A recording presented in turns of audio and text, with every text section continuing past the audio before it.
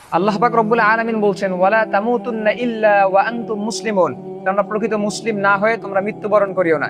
এর মানে আপনি কি বুঝতেছেন? আল্লাহ পাক রব্বুল আলামিন যে বললেন যে প্রকৃত মুমিন মুত্তাকি না হইয়া তুমি কবরের মধ্যে যাও না, এর মানে স্পষ্ট বোঝা যাচ্ছে যে আল্লাহ পাক রব্বুল আলামিন বলছেন আমার ইবাদত, আমার সন্তুষ্টি অর্জন করে আমার রাসূলের সুন্নাহ আদর্শ অনুযায়ী তোমরা চলে তারপর তোমরা কবরের মধ্যে আসিও।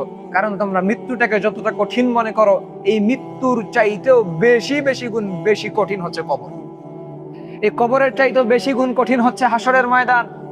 হাসরের ময়দানের চাইতেও বেশি গুণ কঠিন হচ্ছে জাহান্নামের আযাব। সুতরাং আল্লাহ পাক রব্বুল আলামিন বলছেন ওয়ালা তামুতুন্না ইল্লা ওয়া আনতুম মুসলিমুন, প্রকৃত মুসলমান মুমিন মুত্তাকি বান্দা না হয়ে কবরের মধ্যে আসিও না। কবর তোমার সঙ্গে ভালো আচরণ করবে না। যদি আপনি ভালো আমল নিয়ে যাইতে পারেন, যদি আপনি ভালো কিছু নিয়ে যাইতে পারেন কবরের মধ্যে, তখন কবর আপনার সাথে ভালো আচরণ করবে। যদি দেখে যে আপনার আমল ঠিক নাই, আপনি রাসূল সাল্লাল্লাহু আলাইহি ওয়াসাল্লামের আদর্শ মানেন নাই, আপনাকে রাসূল সাল্লাল্লাহু আলাইহি ওয়াসাল্লামের পিকচার দেখানো হবে, আপনি তাকে চেনেন না, তার আদর্শ অনুযায়ী কখনো আপনি চলেন নাই, তখন আল্লাহ পাক রব্বুল আলামিনের নির্দেশে ওই কবর আপনার সঙ্গে ভালো আচরণ করবে না। সো কবর যদি আপনার সঙ্গে ভালো আচরণ না করে, তা আখিরাতের ময়দানে হাসরের মাঠে সেখানে কি আপনার সাথে ভালো আচরণ করা হবে? সেদিন যখন আপনি আল্লাহর কাঠগড়ায় দাঁড়িয়ে যাবেন, তখন আপনাকে বাঁচানোর মতো ক্ষমতা দুনিয়ার কারো মধ্যে থাকবে না।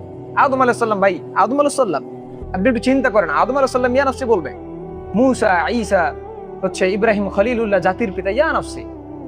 চিন্তা করা যায়, একজন নবী, জাতির পিতা, আদি পিতা আদম আলাইহিস সালাম, ইয়া নফসি।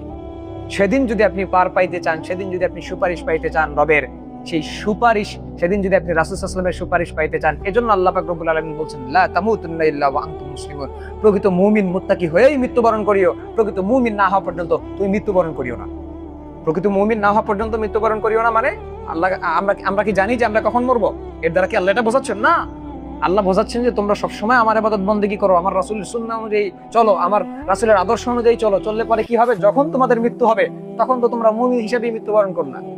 যখন তোমরা প্রতিনিয়ত তোমাদের নিজেদের মধ্যে ঈমানটাকে ধরে রাখার ট্রাই করবা, কিন্তু মেইন টাইম যদি তোমাদের মালাকুল মউত তোমাদের কাছে চলে আসে তোমাদের জানটা নেওয়ার জন্য, তো তখন তোমরা প্রকৃত মুমিন অবস্থায় মৃত্যুবরণ করলা। আর এই অবস্থায় মৃত্যুবরণ করলে আল্লাহ পাক বলছেন তোমার জন্য আমি রেখে দিছিলাম জান্নাতুল ফিরদাউস নুজুলা।